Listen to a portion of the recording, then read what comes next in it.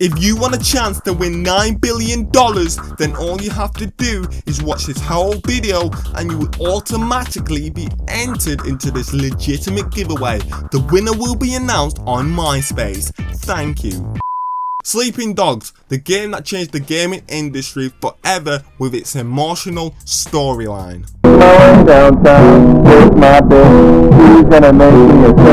That still brings a tear to my eye to this day. But the question you might be asking yourself is, why did we never get Sleeping Dogs 2? With the success of the original, surely Sleeping Dogs 2 was as easy as 1, 2, 3. Unless you're Valve, then maybe it's not that easy. Well, today I will explain to you, the beautiful person watching this video who's looking kind of thick as fuck right now, why Sleeping Dogs 2 never came out. So without further ado, I will shut the hell up and let's just jump right into it. Let's just jump into it.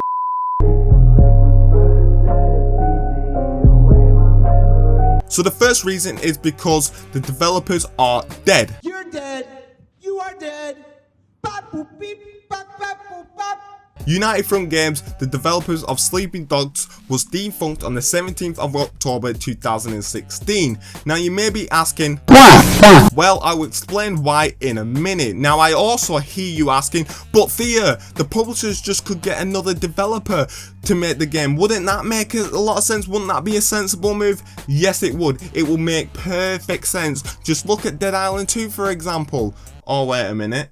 The problem with getting new developers to work on a game that is heavily story based is you run the risk of ruining the IP, because the developers will want the story to go a different way, and even if they don't, they want the game to run a certain way to the original game, or a different way from the original game, which can cause problems between the developers, the publishers and the fans.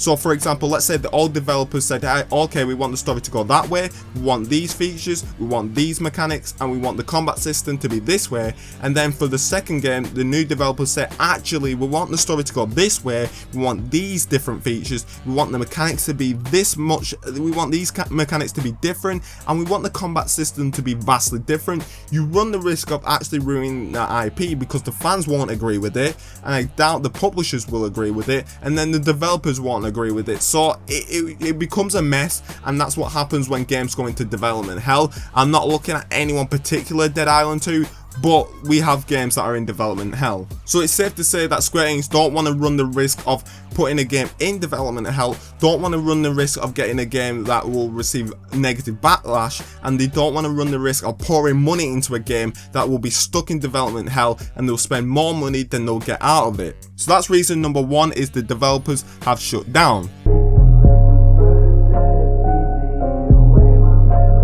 Number 2, Sleeping Dogs 2 was too ambitious. Sleeping Dogs 2 was in design phase and early development when it was cancelled harder than James Charles. Hi, sisters! The reason for that was because Sleeping Dogs 2 was just way too ambitious. When I read this list, you're gonna see how ambitious this game was. So the first thing is the developers wanted multiple playable characters. Now that would have taken a lot of time to program and development. Now we're not unfamiliar with this concept, we're not unfamiliar with this idea. We've seen it in GTA 5. Many people liked it, many people didn't, but it's still a thing that takes a lot of time to program and develop, because you have to have certain cutscenes for certain characters, then you have to have certain dialogue for certain characters, and you have to have certain separate cutscenes, separate dialogue for each character, which takes a lot of time. It takes a lot of time to program, and it takes a lot of time to develop. So the two main characters would have been Ware from the first game and a corrupt cop named Henry Fang. So for example, it would have been like this: Ware goes to investigate a crime scene, and Henry Fang, the corrupt cop, would disrupt the evidence, would tamper with the evidence, and would make the case a bit more, would disrupt the case so Ware couldn't solve the case. Therefore you take the perspective of Henry Fang disrupting the case and tampering with evidence, then you would go back to Ware, who would be trying to puzzle this all together, and that was the idea, that was the concept behind it. So that was one of the things that they wanted in the game. The second thing is they wanted the online world to be connected to everyone and everything. Now let me explain this. For example, let's say you're playing online and you clear a certain gang out of a certain neighborhood. That would affect the online world. Now, I'm not talking the online world that you're currently playing in the lobby. I'm talking about every single person's online world. Even if they've never met you, even if they've never been in a game with you, it would affect their world. Now, I hear you asking, how in the hell would they have done this? Well, they would have done this through the clouds. The clouds. This would have meant they had to get permission of Microsoft and Sony to have access to all the players who play Sleeping Dogs 2 to get the data so they can actually implement this system. And that would have been a stickier operation than getting a vibrator out of a porn star. But that's not all the developers wanted. They also wanted a mobile game which could affect the console game whilst you play. I'm being serious about this.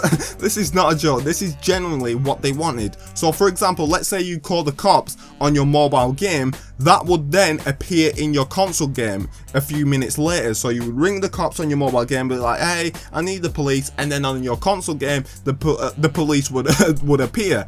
I have no idea in the world how they would even go about programming this. I mean, Rockstar tried this same system, but they had a little dog app where you could train your dog, and then it would take the effects would take place in the console game. But the thing with that is no one plays it, and even no one uses it. And even when Rockstar, the top dog of the industry, tried it, it still failed. So I don't have a clue how United Front Games were even attempting to implement this system.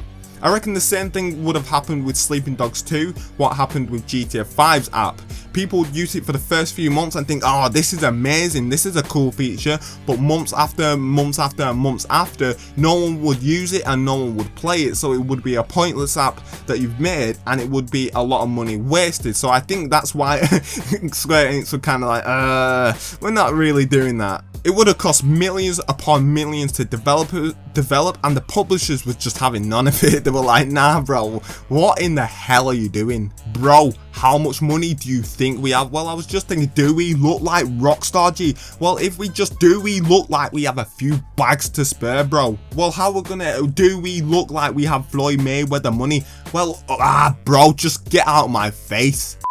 So this led to the game getting cancelled in 2014, and 2 years later the developers getting shut down. It's ridiculous what they were trying to do with this game. It's ambitious and it does seem cool, but for the size of the game, for the company who were developing it and the publishers who were going to publish it, it just seems ridiculous. You was going to have an online world where one simple action could affect everyone's online world, and the second thing you was going to do is a mobile game which affected the console game, and that was going to be an advanced app as well. It was just a mess to even to even think about, to even fathom. That would have been a mess. So these are the reasons why Sleeping Dogs 2 is never coming out and most likely will never come out. I think Square Einx are actually scared and have been put off of making Sleeping Dogs 2, or even getting a development team to make Sleeping Dogs 2.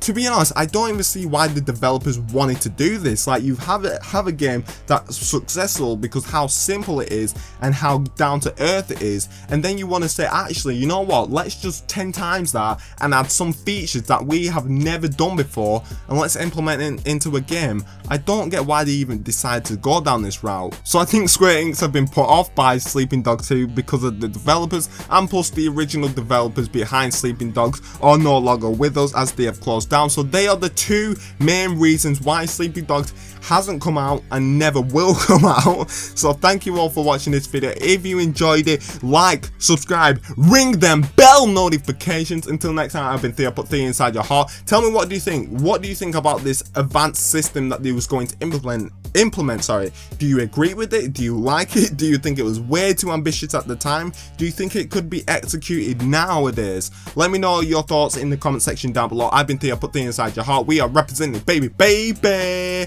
Oh.